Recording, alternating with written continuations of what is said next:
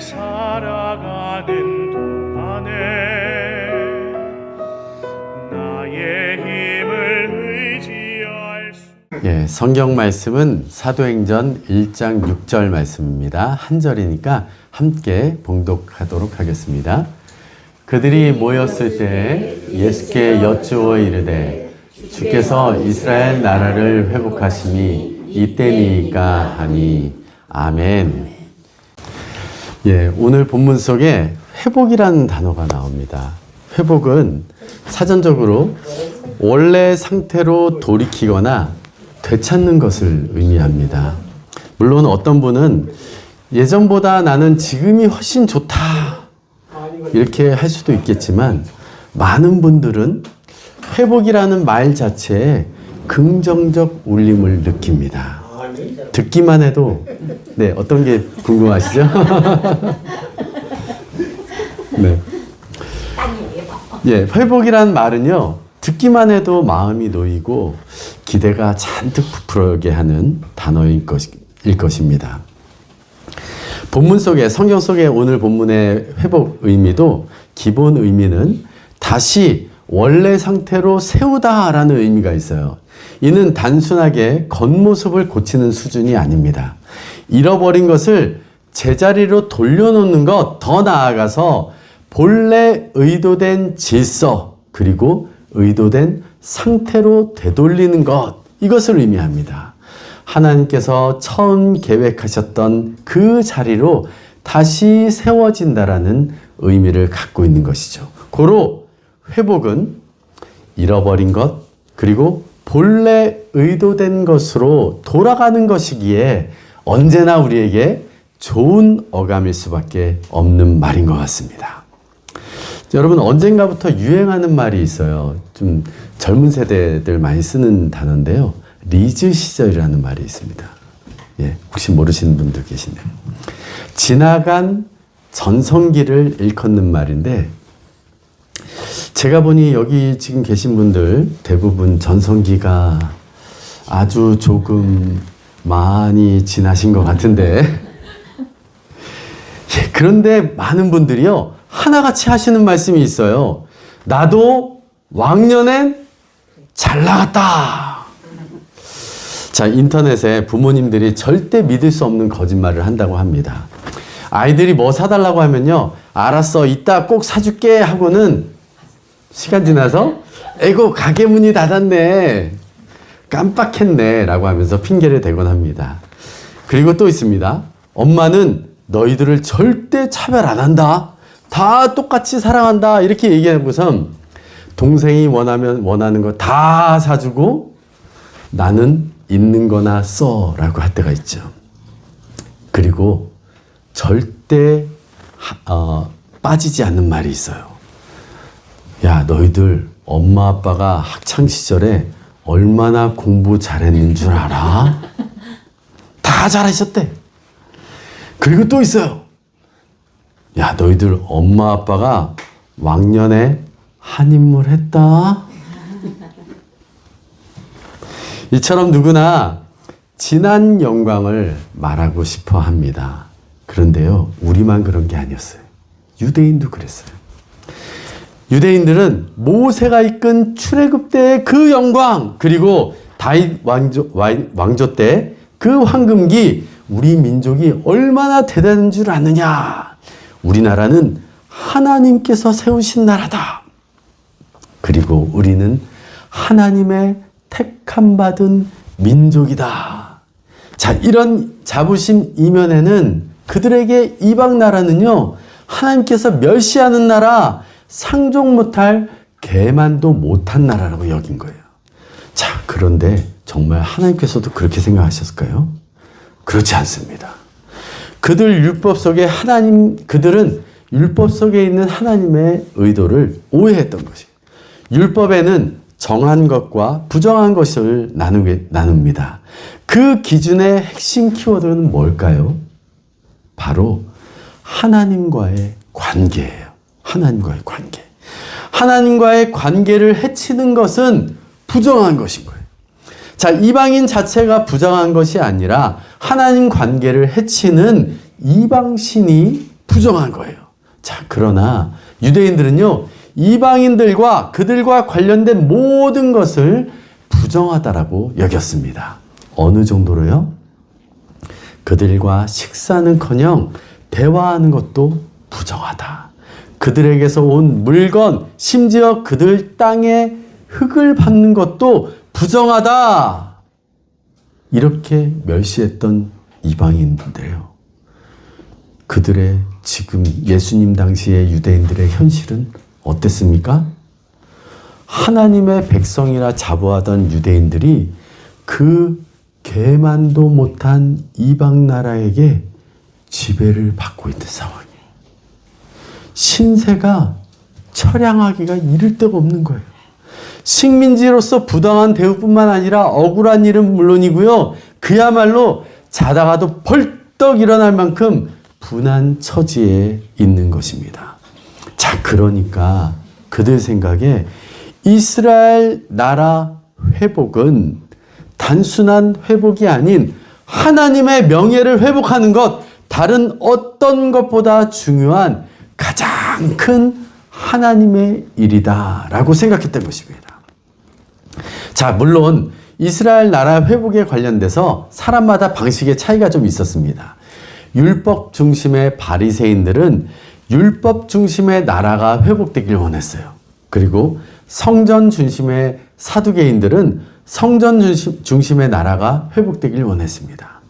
경건을 외치는 SNF파는 경건한 생활이 중심이 되길 원했습니다. 그리고 열심당원들은 물리적으로 군사적인 중심의 나라를 회복되기를 원했습니다.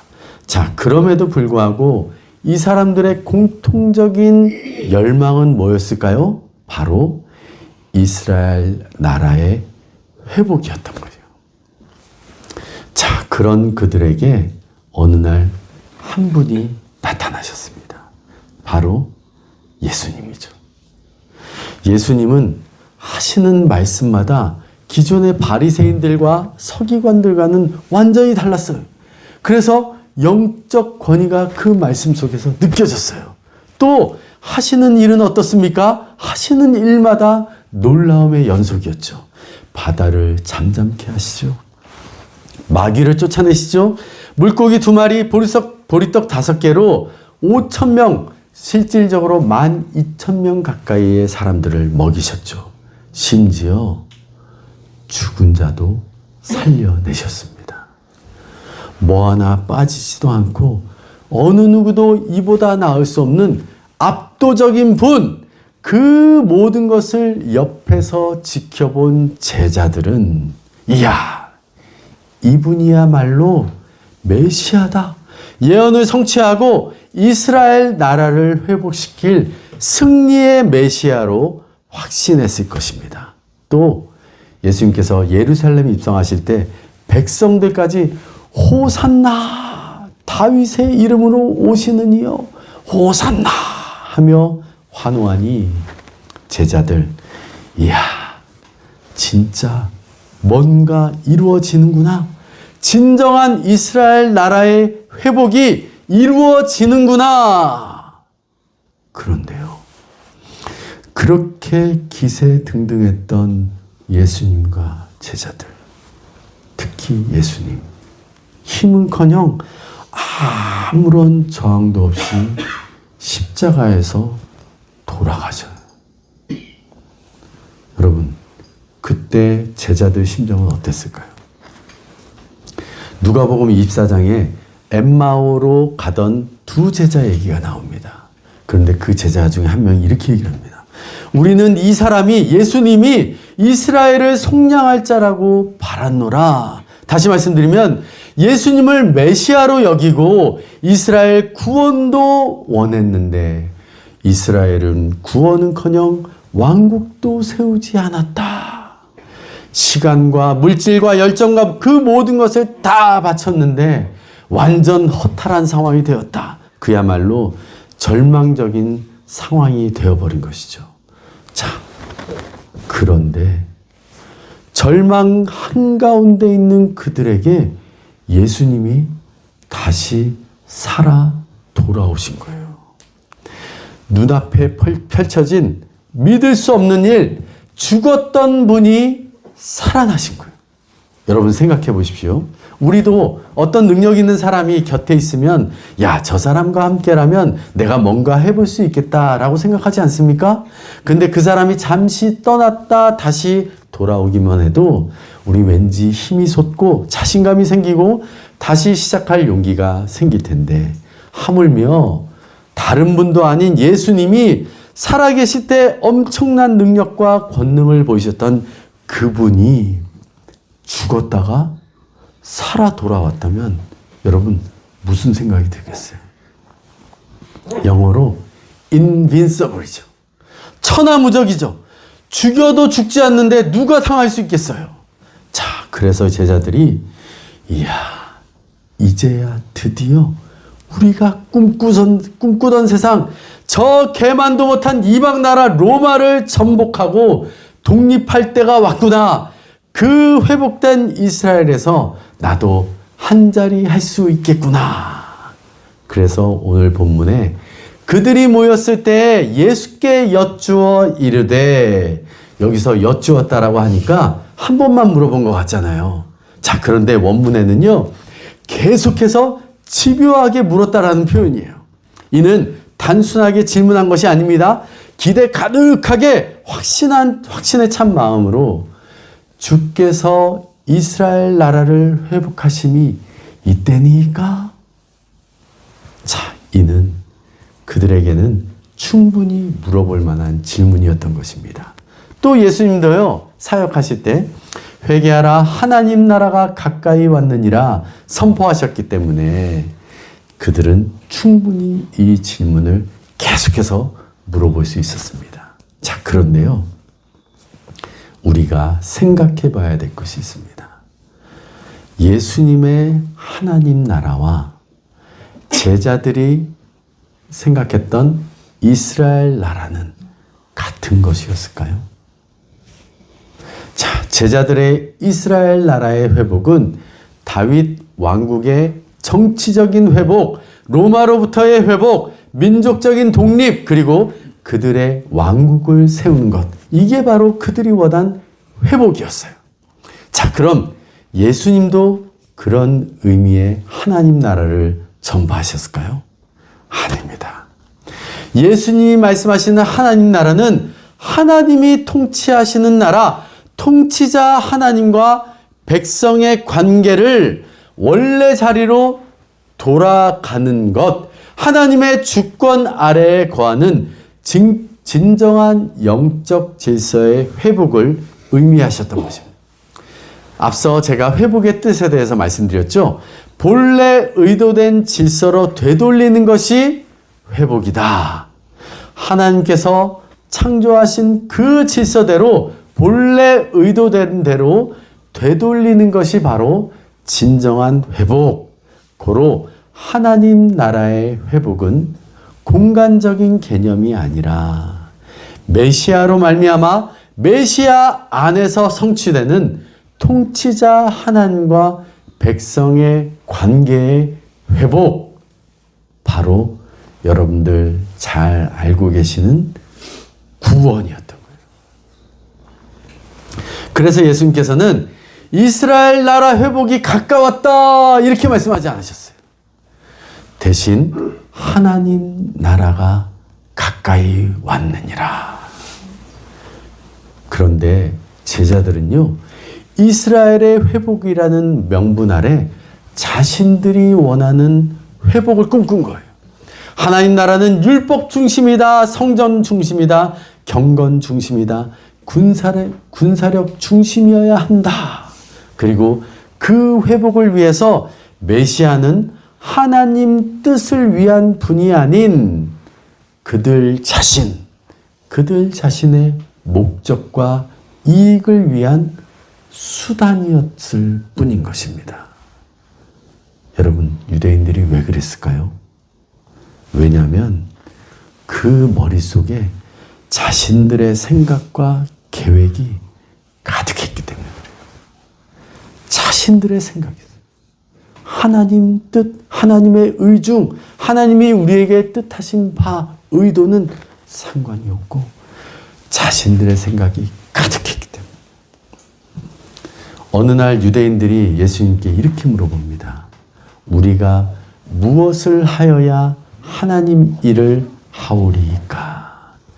그러자 예수님이 이렇게 답하십니다.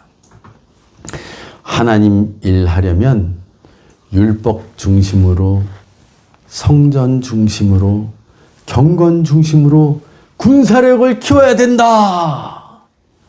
아니죠. 대신 딱 한마디 하셨어요. 하나님께서 보내신 일을 믿는 것이 하나님의 일이니라. 다시 한번 말씀드릴게요. 하나님께서 보내신 일을 믿는 것이 하나님의 일이니라. 다시 말씀드리면 예수 그리스도를 믿고 예수 그리스도로 말미암아 하나님과 관계 회복이 되어서 구원받는 것, 그것이 바로 하나님 일이라는 거예요. 그들 생각과는 완전히 동떨어진 대답이었죠. 자, 그러나 예수님께서는요, 그 구원 때문에 하나님과 본질상 동등하신 예수님이 이 땅에 오셨고 그것을 계속해서 증거하셨고 그것을 이루기 위해 돌아가셨고 또 부활하셨습니다. 왜요? 그래야 우리가 사니까. 그래야 우리가 구원받으니까 하나님과의 관계 회복이 하나님 나라의 시작이고 은혜의 핵심이니까 여러분, 마가복음에 예수님께서 이렇게 말씀합니다.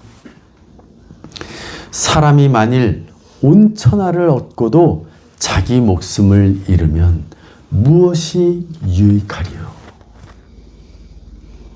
사랑하는 성도 여러분, 오늘 이 시간 저와 여러분 예수 그리스도를 통하여서 하나님과의 관계를 정립하고 그 관계 안에서 풍성한 은혜 넘치는 참된 하나님 나라의 백성이 되시기를 축원합니다.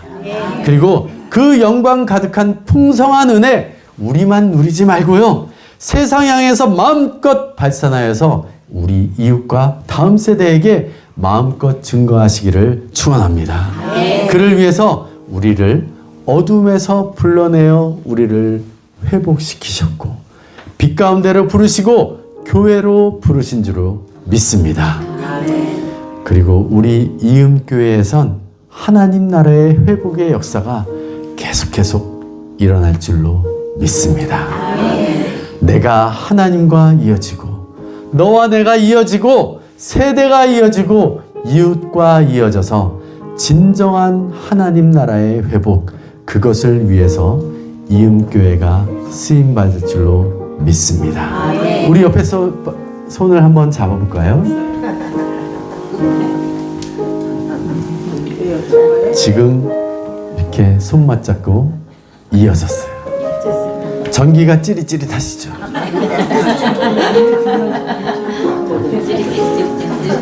왜냐하면 그 안에 생명이 있었으니 그 생명은 사람들의 빛이라.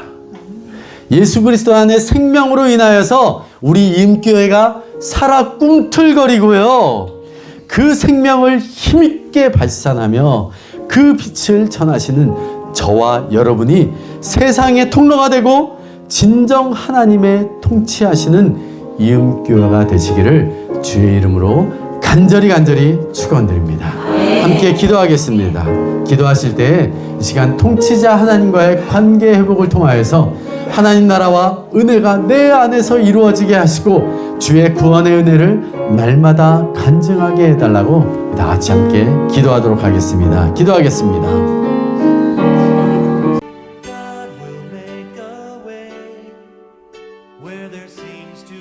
워싱턴 이음교회 유튜브 채널에 방문하신 모든 분들을 환영하고 축복합니다. 북버지니아에 위치한 이음교회 주일 예배에 관한 문의는 아래 이메일 주소로 연락하시길 바랍니다. 주 안에서 승리하시고 은혜가 넘치시는 한 주간 되시길 기도드립니다.